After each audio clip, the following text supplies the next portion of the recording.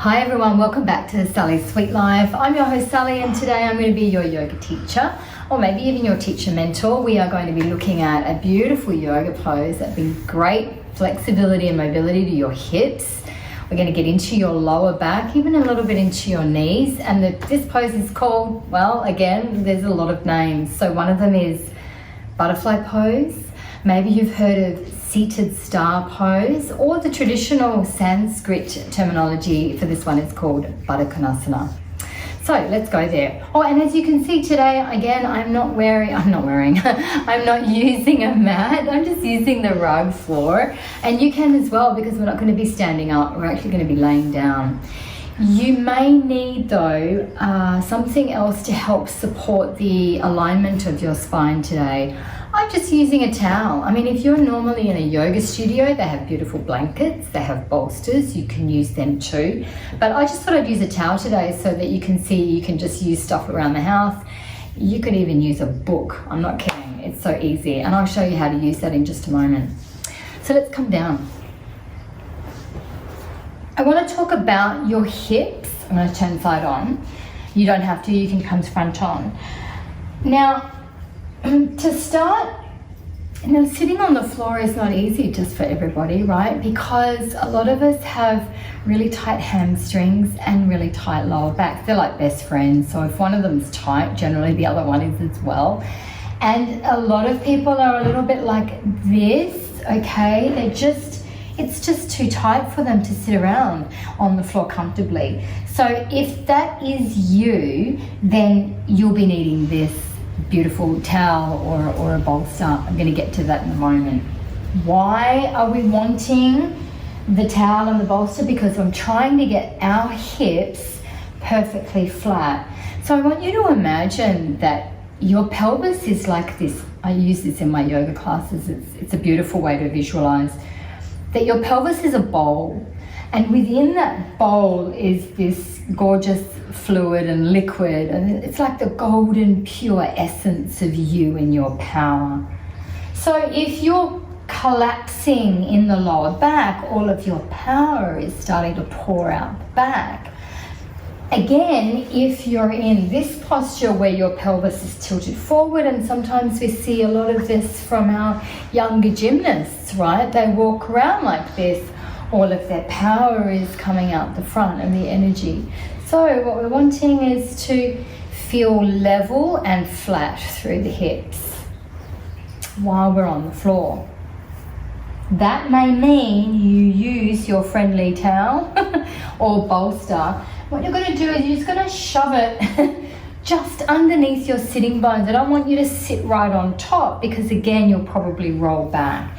But what we're trying to do is find where the sitting bones are, and you perch the sitting bones right underneath, just on the edge, to help tilt your pelvis into that perfect alignment.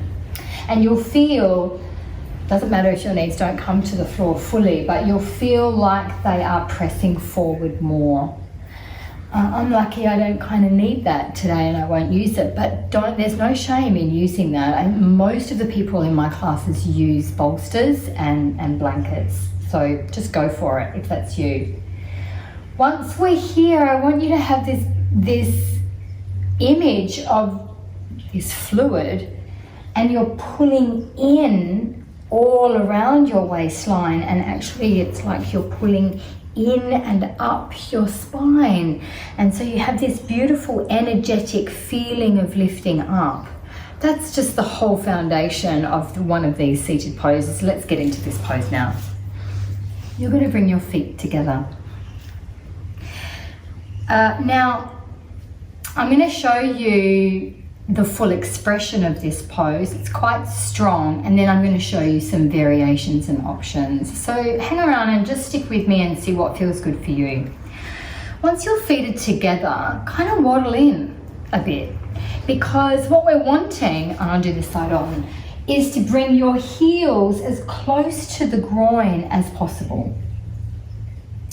Have you heard of Iyengar yoga? Maybe you have, maybe you haven't, that's fine. BKS Iyengar was an absolute master of yoga. He brought alignment to yoga many, many years ago. He's like a contortionist. He's an amazing rubber band man, no longer with us, but I'm going to put the link down below of his book, Light on Yoga, because in that book, which most yogis use as a reference book when they're learning yoga, he says to pull the heels right in to touch the perineum, and you know, I can't do that, but I'm going to pull them in as much as I possibly can.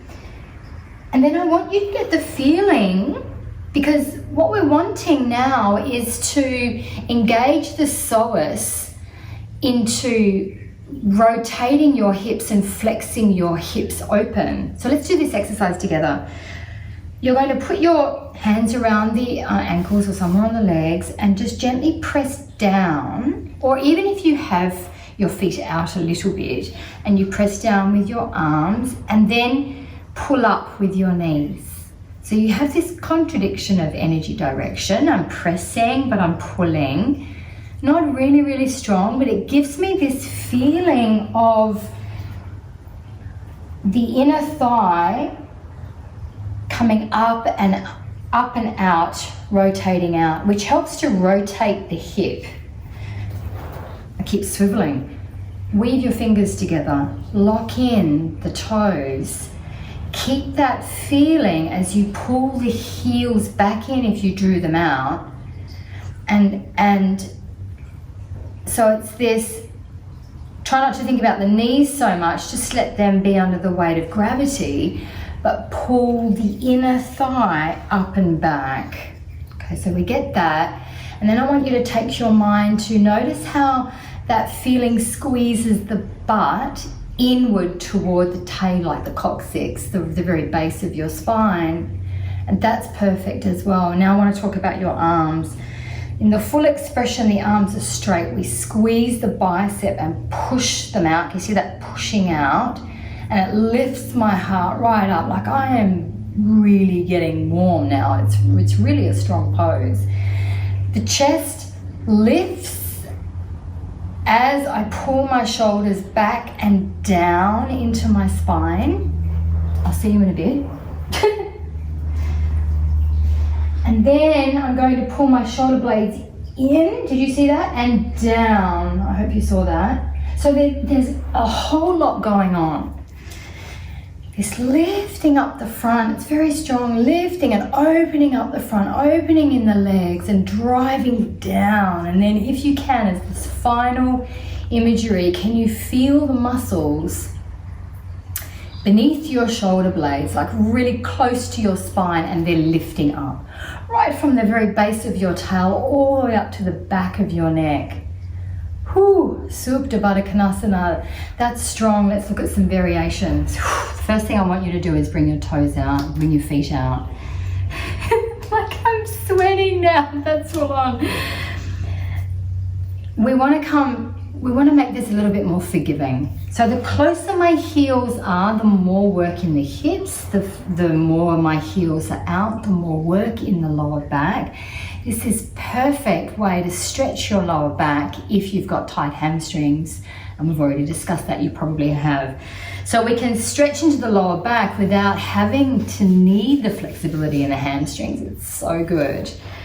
So again, I'm just going to really lightly, I'm going to have light arms this time. This variation which really comes from yin yoga. This is a real butterfly pose, is that it's a little bit softer. So I'm going to just start to fold. I'll show you side on. I'm just going to start to fold over. There's no way I can put my head in my feet, but yeah, that's where we're trying to go to. If you feel it under here, under the knees, use your friendly towel or your bolster if you need that support, only if that pain doesn't feel right. But it's like you're putting this beautiful big lid over the top of the barrel. And we hang out there for a little bit. It's really nice. The last thing that we can do in this variation is we get to lay back, and it really changes the feel of this pose.